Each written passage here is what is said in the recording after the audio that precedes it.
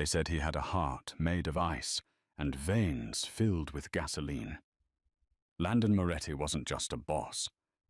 He was a ghost that haunted the New York underworld. No one could get close to him. No one could surprise him. Until a rainy Tuesday night inside a crowded bistro, when a trembling waitress did the unthinkable. She didn't drop a plate, and she didn't spill wine. She simply knelt down and whispered 6 words of Italian to a crying child. 6 words that froze the most dangerous man in the city and sealed her fate. She thought she was just being kind. She didn't know she had just spoken the password to a dead man's secret. This is the story of Paige and the lullaby that started a war. The rain in Manhattan didn't wash away the grime. It just made the neon lights of the diner reflect off the pavement like spilled oil. Inside the Gilded Spoon, a mid-tier bistro trying too hard to be high-end on 54th Street, the air smelled of truffle oil and damp wool. Paige wiped her forehead with the back of her hand, tucking a stray lock of dark hair behind her ear. Her name tag read Sarah, but that hadn't been her name for 3 years. Sarah was boring. Sarah was invisible. Sarah didn't have a past that involved burning documents in a trash can in Sicily. Table 4 needs a refill on the Pinot, her manager Rick snapped, pointing a thick finger toward the corner booth. And stop looking at the VIP section. You know the rules. Paige nodded, keeping her eyes down. Everyone knew the rules when they came in. The VIP section was cordoned off by velvet ropes tonight. Sitting there occupying 3 tables with an air of suffocating silence was Landon Moretti. At 32, Landon controlled the shipping lanes from Jersey to the Bronx. He wore a charcoal suit that cost more than Paige's entire year of rent, and his face was a mask of bored indifference. He was handsome in a way that warned you not to touch sharp cheekbones, dark eyes that missed nothing, and a stillness that was more terrifying than aggression. But tonight, the Wolf of New York wasn't alone. Beside him sat a small boy, maybe 4 years old, kicking his legs against the leather booth. This was Leo.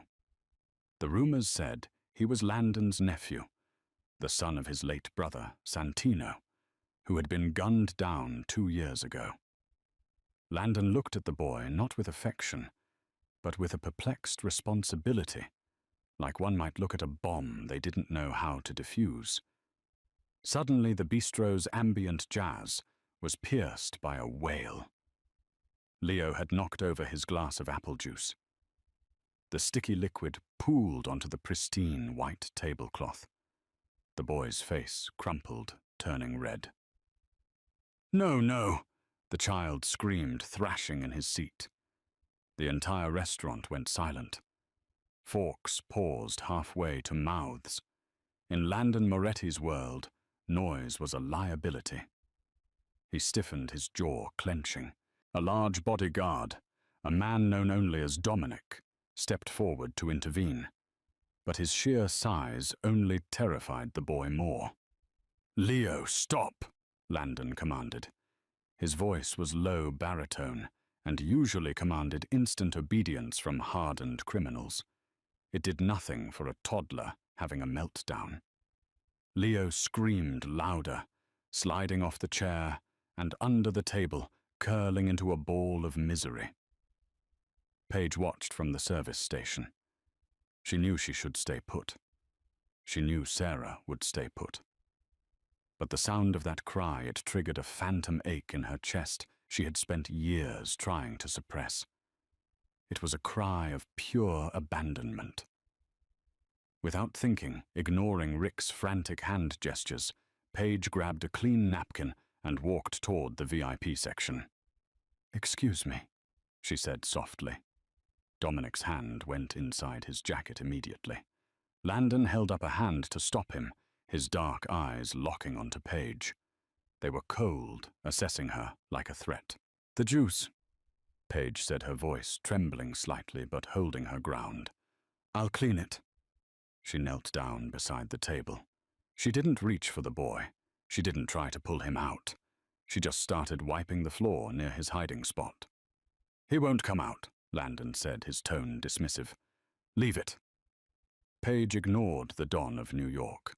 She looked under the tablecloth where the tear-streaked face was glaring at her. She saw the fear in his eyes, the kind of fear that comes from too much change and not enough love.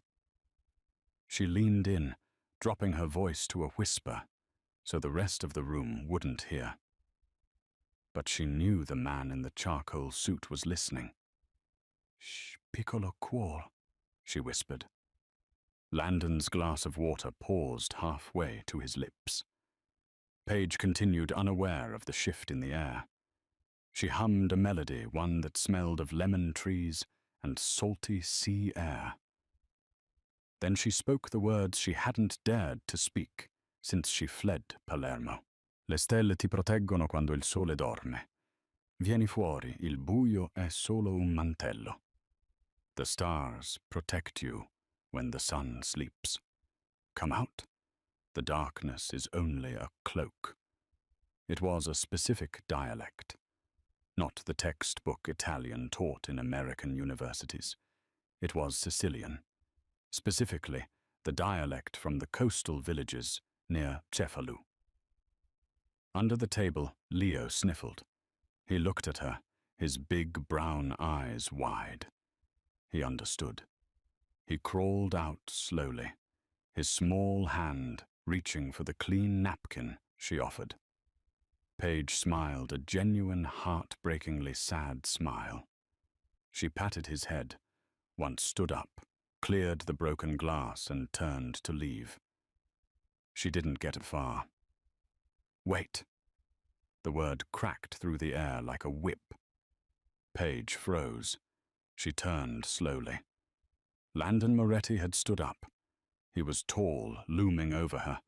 He wasn't looking at the floor or the child. He was staring directly into her eyes, searching for something. "Where are you from?" he asked. "Ohio." Paige lied. The lie she had practiced 1,000 times. "Just outside Cleveland." Landon stepped closer. He smelled of sandalwood and gun oil. No one from Cleveland speaks the dialect of Cefalù with that accent, and certainly no one knows that lullaby. Paige's heart hammered against her ribs. I studied abroad, in Rome. I picked things up.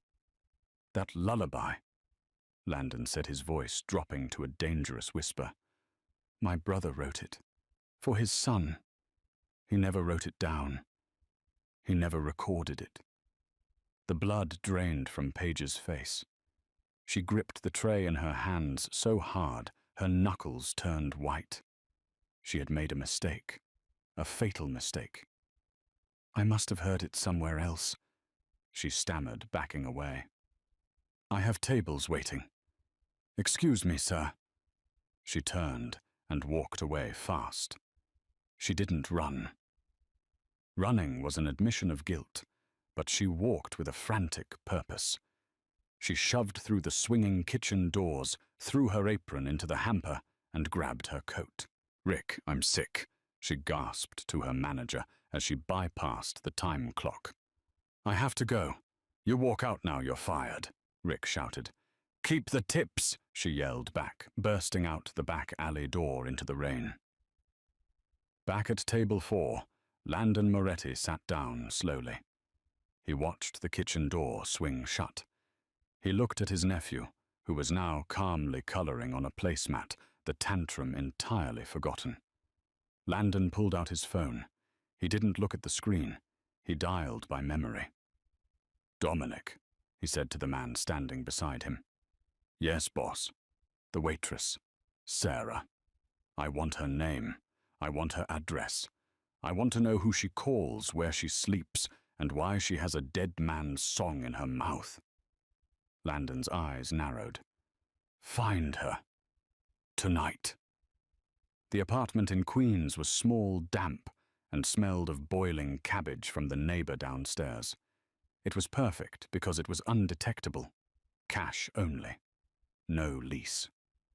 Paige slammed the door and locked all 3 deadbolts. She leaned her back against the wood, sliding down until she hit the floor. Her hands were shaking so badly, she couldn't unzip her wet coat. Stupid. Stupid. Stupid. She had let her guard down. For 3 years she had been a ghost.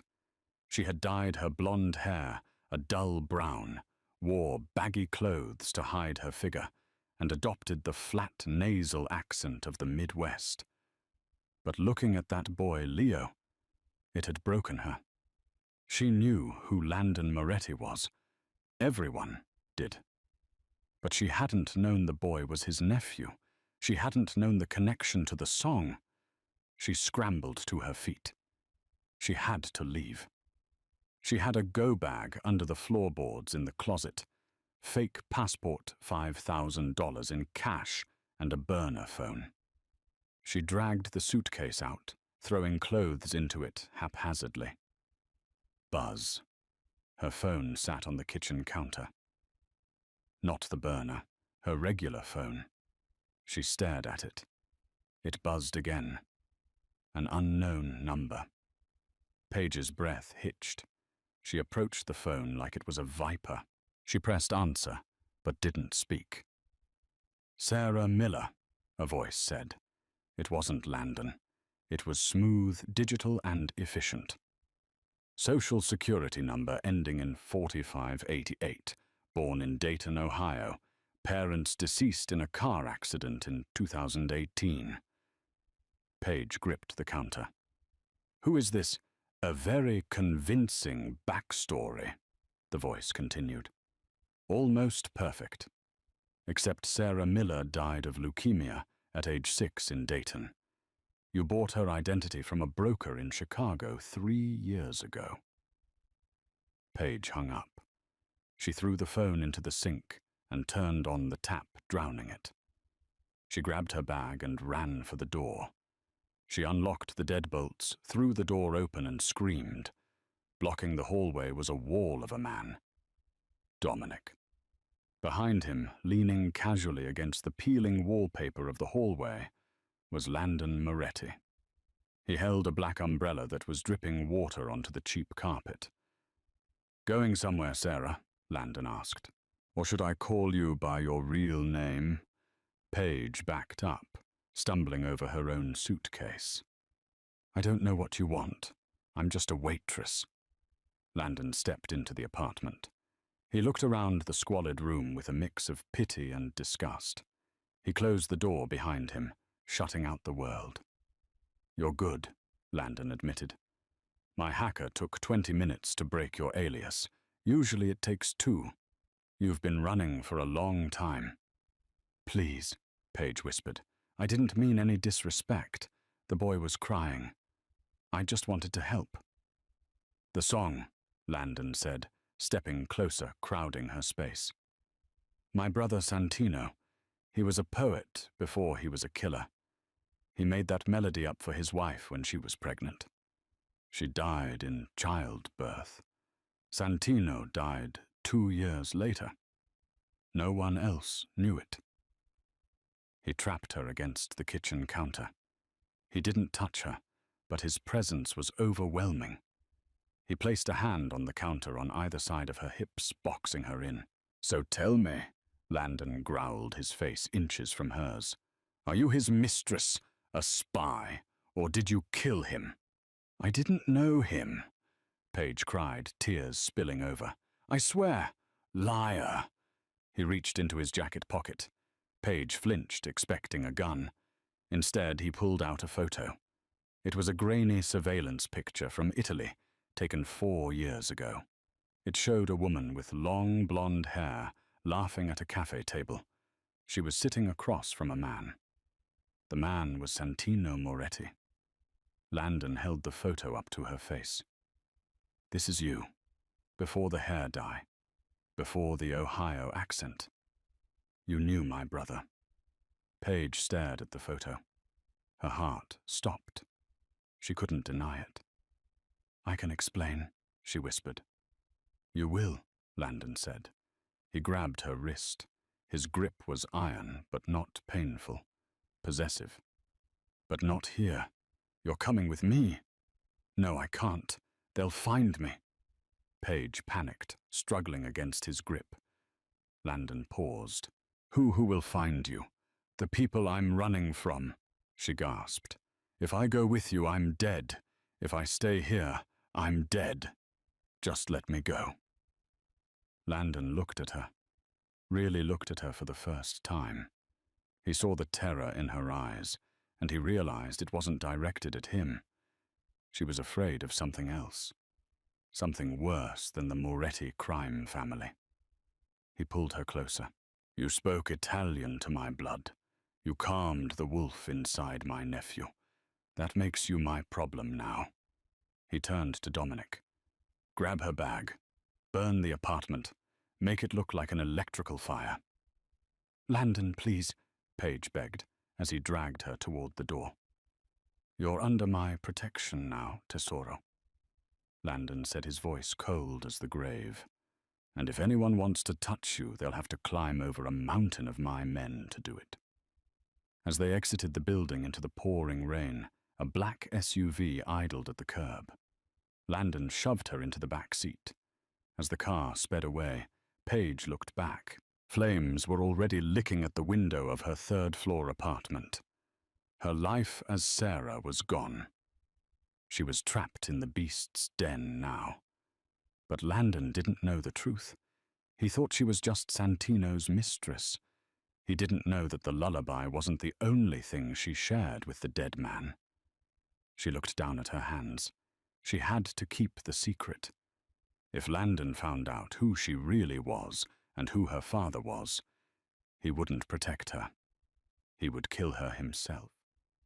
The black SUV tore through the iron gates of the Moretti estate in the Hamptons. To the outside world, it was a sprawling architectural marvel of glass and stone, a testament to legitimate wealth. To those in the life, it was a fortress. The walls were reinforced with steel. The windows were bulletproof, and the perimeter was patrolled by men who didn't carry flashlights but assault rifles. Paige sat shivering in the back seat. The adrenaline was fading, replaced by a cold, seeping dread. She knew this house. She had never been inside, but she had seen the blueprints. Her father, Dante, the head of the rival Russo crime syndicate, had studied this house for years, looking for a way to kill the Morettis. Now she was walking through the front door, not as an assassin, but as a captive. Landon dragged her out of the car. The rain had stopped, leaving a heavy mist that clung to the manicured hedges. He didn't speak as he marched her through the grand foyer.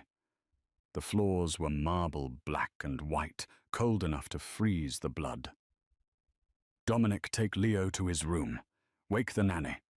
Tell her if she sleeps through another nightmare, she's done, Landon barked.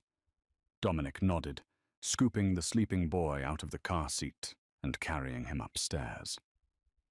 Landon turned to Paige. You, with me. He led her into his study, a cavernous room smelling of old leather cigar smoke and expensive scotch. He shoved her gently but firmly into a high-backed velvet chair in front of his massive mahogany desk.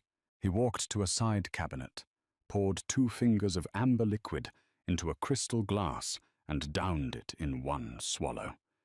He didn't offer her any. Start talking, Landon said, leaning against the edge of his desk, crossing his arms. The fabric of his suit strained against his biceps. And remember, I have men digging through your life right now. If you lie, I'll know. Paige rubbed her wrists. My name is Paige. Paige what? Paige Vance. She used the name of a girl she went to elementary school with. It was a weak lie, but she couldn't say Russo. If she said Russo, he would put a bullet in her head before she finished the sentence. The war between the Morettis and the Russos had painted the streets of New York red for a decade. Landon narrowed his eyes. Paige Vance. Okay, Paige. Tell me about the photo. Tell me about Santino. Paige took a shaky breath. I was in Italy 4 years ago. I was in trouble. What kind of trouble? A man. A very bad man, she whispered. It wasn't a lie. Her father was trying to sell her off to a 60-year-old weapons dealer to secure a shipping route. I was running away. I was in Cefalù, hiding in a hostel. Santino found me crying on a bench near the marina. Landon's expression softened imperceptibly at the mention of his brother. Santino had a habit of collecting strays. He didn't try to use me, Paige said quickly, her eyes pleading. He bought me coffee. He sat with me. He told me he was waiting for someone, but the meeting had gone wrong. He was sad. We just talked. For how long? 3 days. We met every afternoon. He told me about his wife, about the baby on the way. He missed them so much it seemed to physically hurt him. Paige looked down at her hands. He sang that song to himself one day. He said it was for his unborn son. He taught it to me because I was having panic attacks. He said the melody calmed the heart. Landon pushed off the desk and walked to the window, staring out at the dark grounds. Santino was soft. It's what got him killed. He wasn't soft, Paige argued, surprising herself with her boldness. He was kind. There's a difference. Landon whipped around, his eyes blazing. In our world, kindness is a death sentence. He died because he trusted the wrong people. He died because he let his guard down. He stalked toward her, placing his hands on the arms of her chair, trapping her. Did you know he was a Moretti? Did you know who his family was? No. Paige lied. She had known exactly who he was. She had known that talking to a Moretti was treason against her father. But Santino had been the first man to ever look at her without seeing a bargaining chip. I just knew him as a sad American tourist. Landon studied her face, searching for the deceit. He was close enough that she could see the flecks of gold in his dark irises. He was terrifying, yet there was a magnetic pull to him. He was raw power, contained in a suit. Why are you running now, Paige? Who is the bad man you're afraid of? Paige swallowed hard. My ex-husband. He's connected. Violent. If he finds me, he'll kill me. Give me a name. I'll handle it. No, Paige shouted, standing up abruptly, nearly bumping into his chest. You don't understand. You can't just handle him. He has eyes everywhere. If you go after him, he'll know I'm here. Please, Landon, just let me go. I won't tell anyone about Leo or the song. Landon didn't back down. He looked down at her, his gaze dropping to her lips, then back to her eyes. You think you're safer out there, alone. I've survived 3 years. You were surviving as a waitress in a rat-infested apartment. Landon scoffed. That's not living. That's hiding. Suddenly, the heavy oak door creaked open. Dominic stood there, looking uncomfortable. Boss, sorry to interrupt.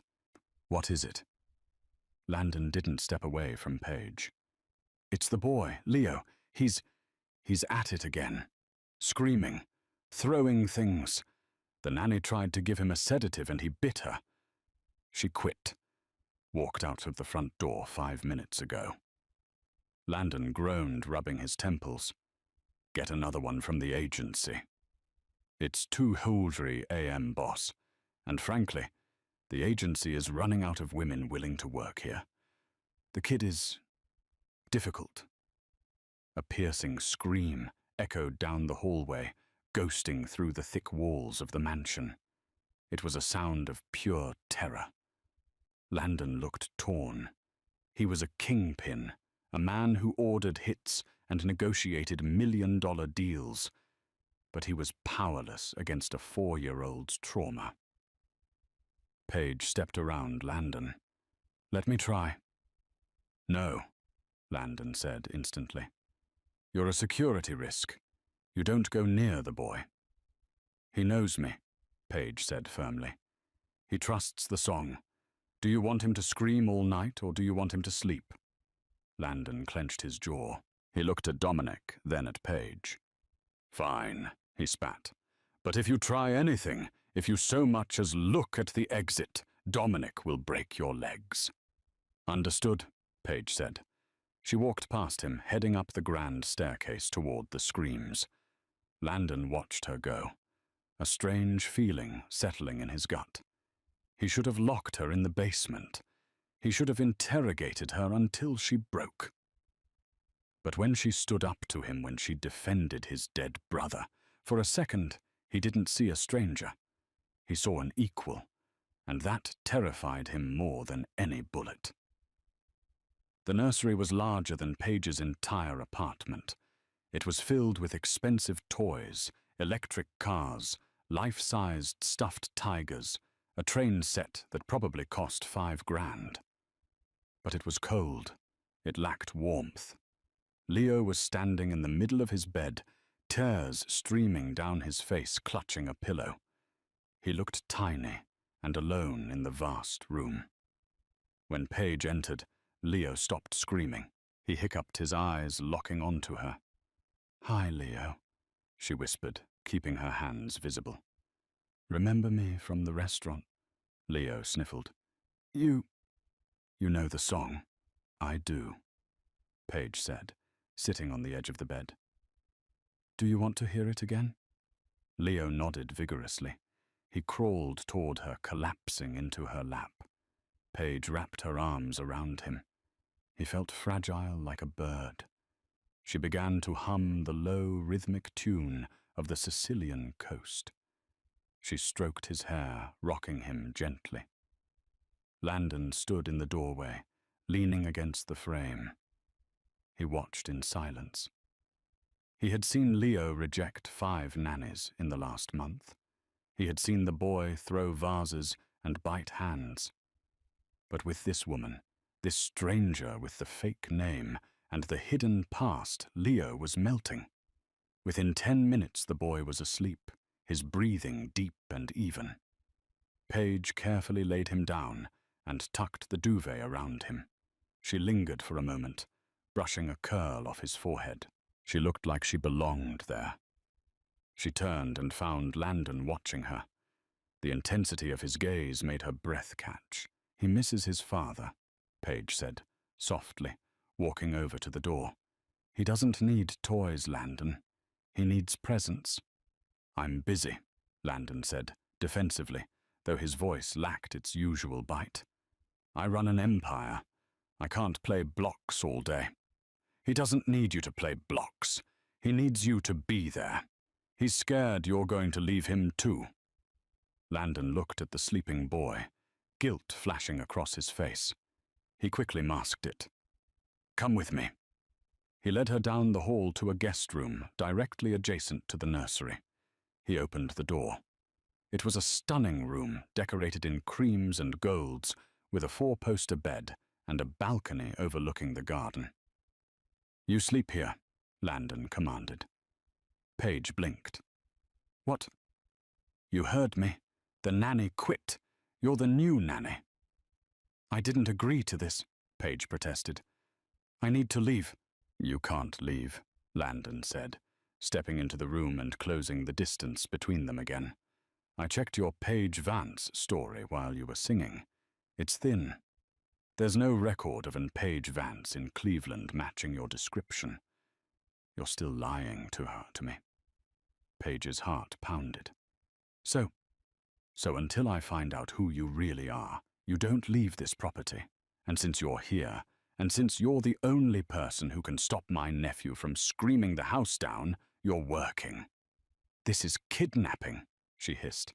"This is protective custody," he corrected smoothly. You have a wardrobe full of clothes in the closet, my sister's old things they should fit. You have a private bath. You'll be paid. But the rules are simple. You don't leave the house without me. You don't make phone calls, and you don't lie to me again. And if I refuse, then the basement is still an option. It's much colder down there, and the rats are less polite than Leo. Paige glared at him. She was trapped. But being the nanny gave her access. It gave her time. Maybe she could find a phone call, an old contact, find a way to disappear to Europe. Fine, she said. I'll watch the boy, but I'm not wearing a uniform. Landon's lips quirked upward. It was the first time she had seen him almost smile. It transformed his face, making him devastatingly handsome. No uniform, he agreed. Get some sleep. You start at 6:00 a.m. He turned to leave, but paused at the door. And Paige? Yes. Thank you. For tonight. He closed the door, the lock clicking audibly from the outside. Paige let out a breath she had been holding. She walked to the balcony doors and tried them. Locked. She was a prisoner in a gilded cage.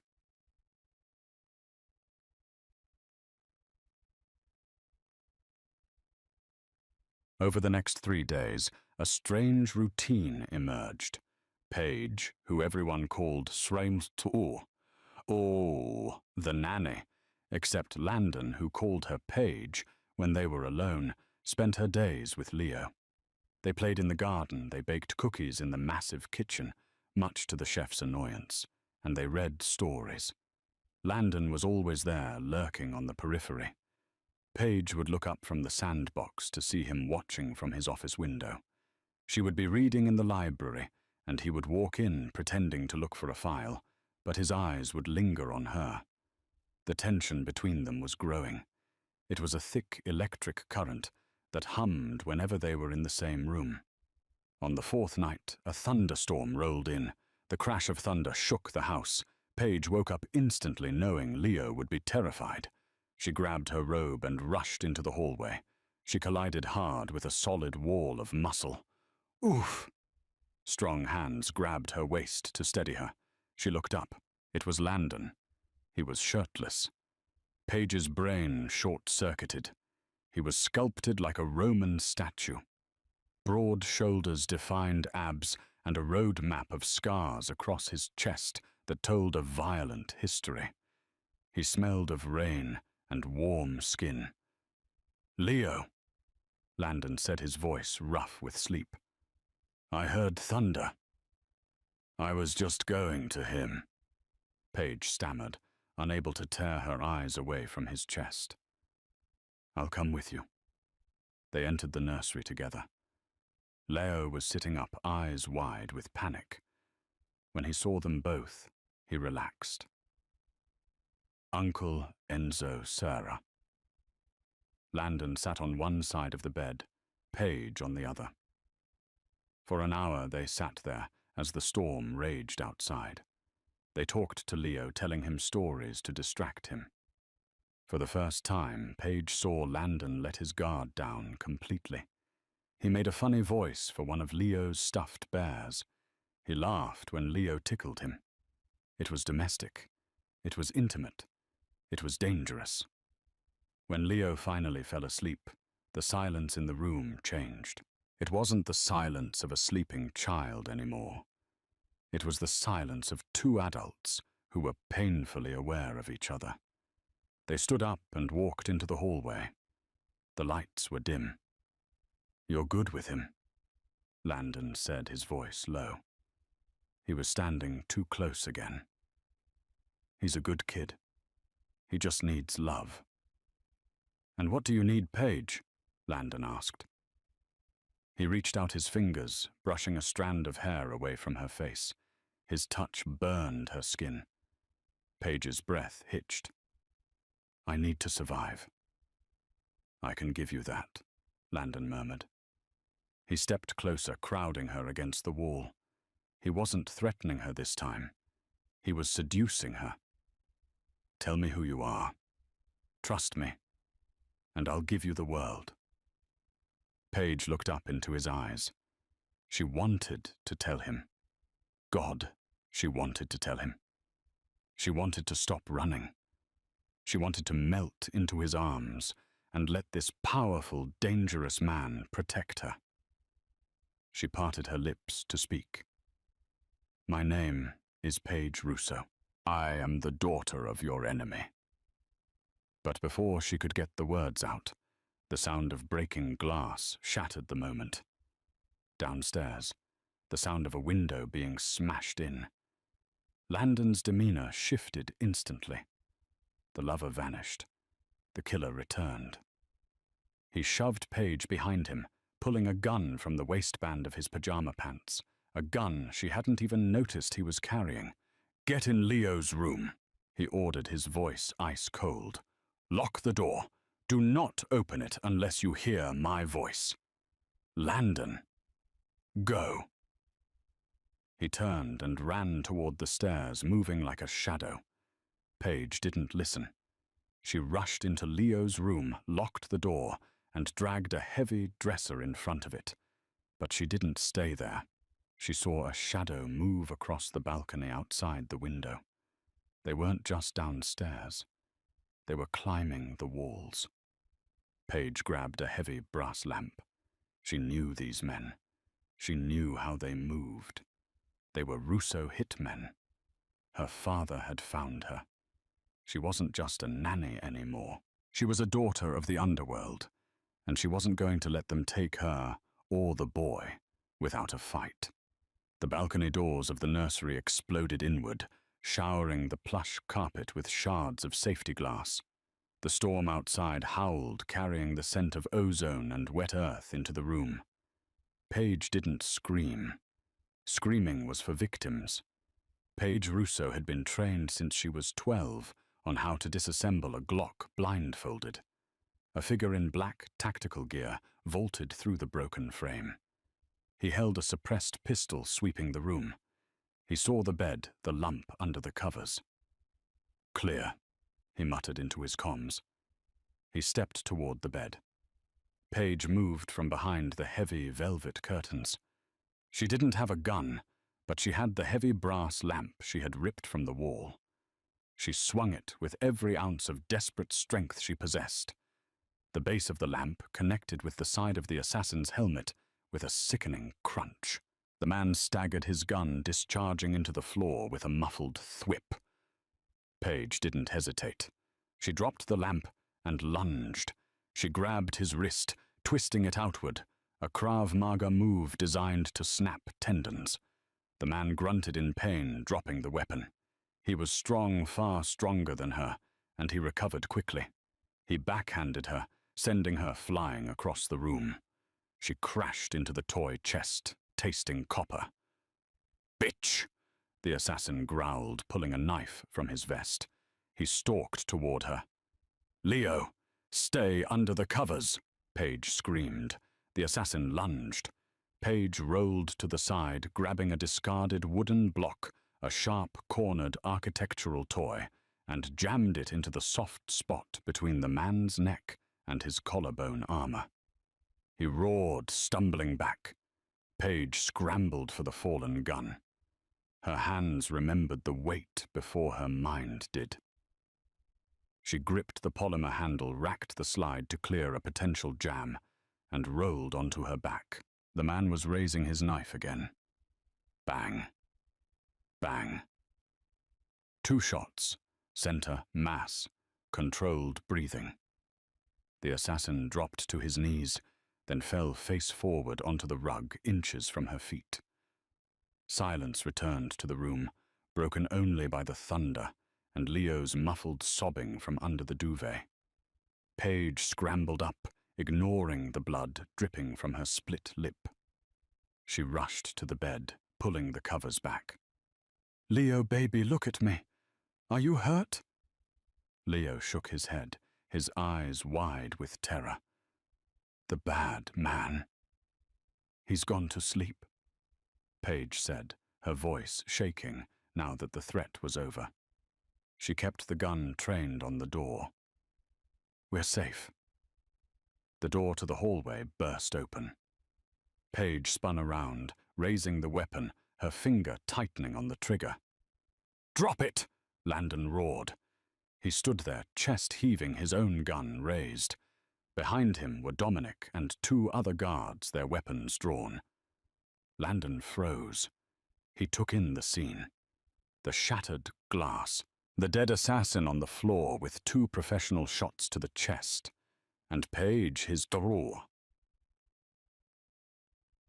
standing in a perfect combat stance, holding a suppressed pistol with a grip that no waitress from Ohio should know. She lowered the gun slowly, engaging the safety with a practiced flick of her thumb.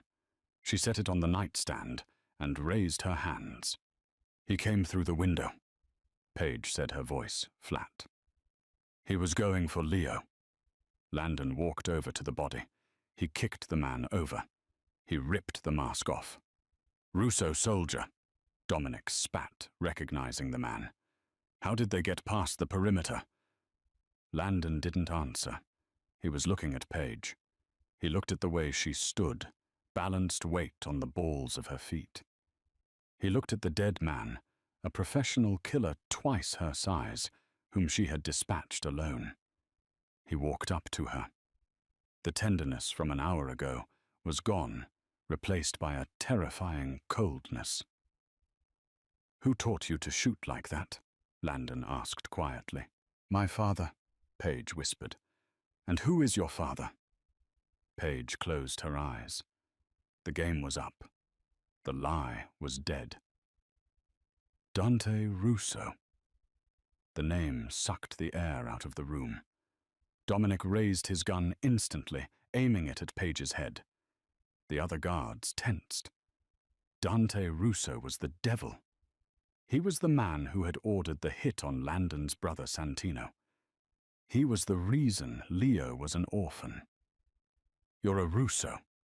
Landon asked, his voice sounding like it was coming from underwater. "You're his daughter. I ran away." Paige pleaded, tears mixing with the blood on her lip. "I left 3 years ago. I didn't know who you were when I walked into that restaurant. I swear." "Liar!" Landon roared, the sound making Leo wail. "You've been playing me this whole time. You're a spy. You set this up." "I saved his life," Paige shouted back, pointing at Leo. "If I was a spy, I would have let that man kill him. That man was sent by my father. He's here for me. Landon." "Not you." Landon grabbed her by the throat, not to choke her, but to hold her still. He searched her eyes, looking for the woman he had almost kissed in the hallway. He couldn't find her. All he saw was the enemy. "Get her out of my sight," Landon ordered, shoving her toward Dominic. "Take her to the cellar. Tie her to the chair. If she moves, put a bullet in her leg." "Landon, please. He'll kill us all," Paige screamed as Dominic dragged her away. Landon stood alone in the nursery. He looked at his weeping nephew. He looked at the dead body. He felt a pain in his chest that had nothing to do with the attack. It was the knife of betrayal twisting deep. He had let a Russo into his home, into his heart. And now he had to decide whether to kill her or trade her. The cellar was cold, smelling of damp stone and wine corks. Paige sat in a heavy wooden chair, her hands zip-tied behind her back. Her lip had stopped bleeding, but her heart was bleeding out. It had been 12 hours. No water. No food. Just the sound of dripping water and her own racing thoughts. The heavy steel door groaned open. Landon walked in. He had changed his clothes. He wore a crisp black suit, his hair slicked back. He looked immaculate and utterly heartless. He pulled up a crate and sat across from her, just out of reach. "My men swept the perimeter," Landon said conversationally. "We found 4 more bodies. Your father sent a hit squad, But not to kill me, to retrieve you. I told you, Paige said, her voice raspy. He thinks I'm his property. Why did you run? Landon asked. You were the princess of the Russo family. You had everything. I had nothing, Paige spat. My father killed my mother because she tried to divorce him. I found the journals. Then he tried to sell me to Viktor Volkov to settle a debt. I wasn't a daughter to him. I was currency. So I ran. Landon watched her. He wanted to believe her, every instinct he had screaming that she was telling the truth. But his code, the Mafia code, demanded blood for blood. She was a Russo. Her bloodline was responsible for his brother's death. It doesn't matter, Landon said, standing up. Dante Russo has called. He knows you're here. He has 500 men surrounding the estate. He's threatening to burn the house down with us inside unless I give you up. Paige went pale. Don't open the gates, Landon. He'll kill you anyway. Once he has me, he'll slaughter everyone here. He doesn't leave witnesses. I can fight him, Landon said, his pride flaring. My men are ready. You have 50 men. He has 500, Paige countered. And you have Leo. Do you want Leo to die in a crossfire?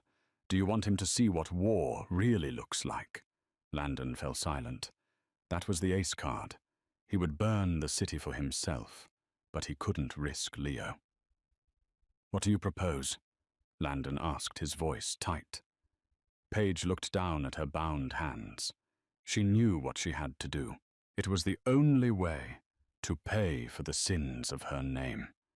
It was the only way to save the man she loved. Yes, she realized with a jolt. She loved him. She loved the way he looked at Leo. She loved the broken parts of him. Trade me, Paige said softly. Landon stiffened. What? Call him. Tell him I'm coming out. But make a deal, a blood oath. If I walk out those gates willingly, he pulls his men back. He leaves the Moretti family alone. Forever. You think he'll honor that? He wants me more than he wants you. I'm the only one who knows the codes to his offshore accounts. My mother hid them before she died, and I memorized them. That's why he's hunting me. Without me, he's broke. Landon stared at her. If you go back to him, he will torture you until he gets those codes. And then he will kill you. Paige looked up, meeting his eyes. I know. Why would you do that? Landon's voice cracked. For me. For us. For Leo. Paige lied.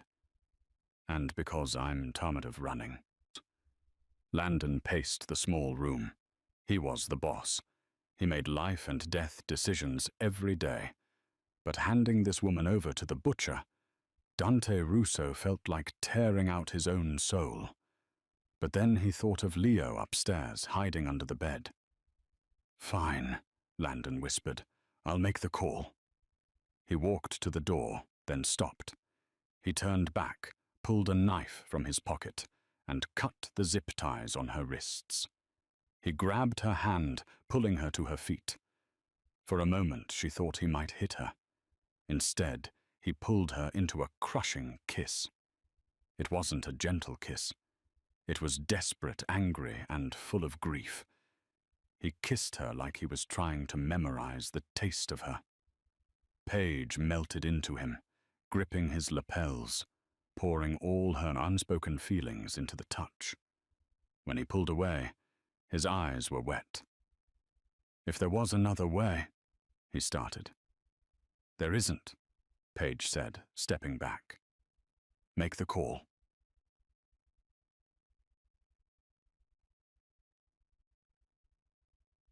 An hour later, the rain had stopped, leaving a heavy fog over the estate. The iron gates of the Moretti mansion swung open. Outside, A convoy of black Escalades idled their headlights, cutting through the mist. In the center stood a limousine. Dante Russo stood by the door, leaning on a cane, his face a road map of cruelty.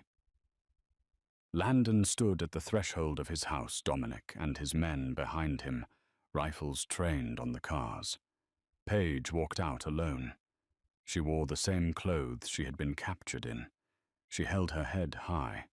She didn't look back at Landon. If she looked back, she wouldn't be able to do this. She walked down the long driveway. The gravel crunched loudly in the silence. Halfway to the gate, Dante Russo smiled. It was a shark's smile. "There's my girl," Dante called out. "Come to Papa."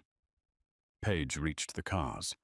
Two of Russo's goons grabbed her arms, roughly patting her down for weapons. They shoved her toward Dante. Dante grabbed her chin, forcing her to look at him. "You caused me a lot of trouble, Elenoka." "Let them go," Paige said coldly. "That was the deal." Dante looked past her at Landon, who was standing like a statue in the distance. Dante raised his hand. "Deal is a deal," Dante sneered. He signaled his driver. He shoved Paige into the back of the limo and climbed in after her. As the convoy began to turn around, Landon watched. He felt a rage building in his gut, a heat that burned hotter than anything he had ever felt. He had just sold the only woman who had ever understood him to the devil. He watched the taillights fade into the fog. Dominic stepped up beside him. "Boss, we monitored their comms. Russo gave an order to his lieutenant." "What order?" Landon asked. "He said, once we have the girl and the codes, burn the Moretti house to the ground. Leave no one alive. Not even the kid." Landon froze. The deal was a lie. Paige had sacrificed herself for nothing. Russo was going to kill her, get the money, and then come back for Leo. Landon turned to his men. The ice in his veins turned to fire. "Dominic," Landon said, his voice dropping to a demonic growl. "Get the armory. Get everyone. Call the Jersey crew. Call the Bronx crew." "What are we doing, boss?" Landon looked at the empty driveway. "We're going to war," Landon said. "I'm getting her back." The Russo stronghold was a fortress of rust and shadow built into the Brooklyn Navy Yard. Suspended from the warehouse ceiling in a steel cage, Paige gripped the cold bars. Below her, Dante Russo paced, checking a serrated knife. "You're being stubborn, Elenocha." Dante's voice echoed against the corrugated metal. "The Cayman account codes. Give them to me, and I'll make it quick. Refuse, and my men will have their fun before we burn you." Paige's face was bruised, but her eyes remained fierce. "I told you. I forgot them." "A pity." Dante signaled a heavy-set guard near a car battery. "Wake her up." Paige closed her eyes, humming the lullaby in her mind, bracing for pain. Boom! The massive blast doors blew inward, sending a cloud of concrete dust and shrapnel tearing through the warehouse. Dante stumbled, covering his head. Before the smoke cleared, ropes uncoiled from the skylights. Figures in black tactical gear descended like angels of death. At the tip of the spear was Landon Moretti. He wasn't wearing a suit tonight. Clad in tactical armor, his face smeared with grease paint, he moved with feral intensity. He dropped two guards with precision shots before his boots even touched the ground. "Landon!" Paige screamed. He looked up, locking eyes with her through the chaos. "Cover me!" he roared to Dominic. While his men laid down a wall of suppressing fire, Landon sprinted across the open floor toward the winch controls. Dante saw him and shrieked, "Kill him! Forget the girl! Kill the Moretti!" A guard popped up from behind a crate, aiming a shotgun at Landon's exposed flank. From inside the cage, Paige acted. She grabbed a loose, heavy chain hanging near the bars and swung it with all her might against the metal. The deafening clang distracted the guard for a split second. That second was all Landon needed.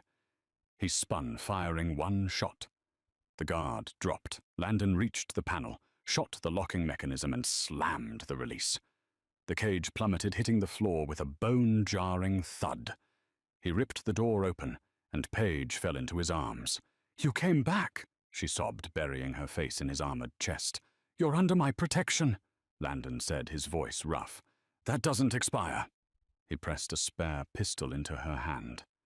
"Can you shoot?" Paige checked the chamber, her expression hardening. "Just point me at them. Let's finish this." They moved as a deadly pair, weaving through the smoke and gunfire to the upper catwalks where Dante had fled. They cornered him in his office, Landon kicking the door off its hinges. Dante stood behind his desk, trembling, a golden revolver aimed at Paige. "Stay back. I brought her into this world. I'll take her out." Landon stepped in front of her, a human shield. "It's over, Dante. Your men are dead." "It's never over." Dante spat, his eyes manic. "You Morettis are weak, just like your brother." The air left the room. Landon went still. "Don't speak his name." "Santino." Dante laughed, a desperate, cruel sound. "He begged, you know, before I put the bullet in his heart. He wasn't praying. He was whispering that stupid song. That peasant lullaby." Landon's vision went red. The confirmation, the confession. Santino had died with the song of his unborn son on his lips. "He was meeting you for peace," Landon said, his voice deadly quiet. "And you slaughtered him. And now you'll die just like a—" Bang! Dante didn't finish. His golden revolver flew across the room as a bullet shattered his wrist.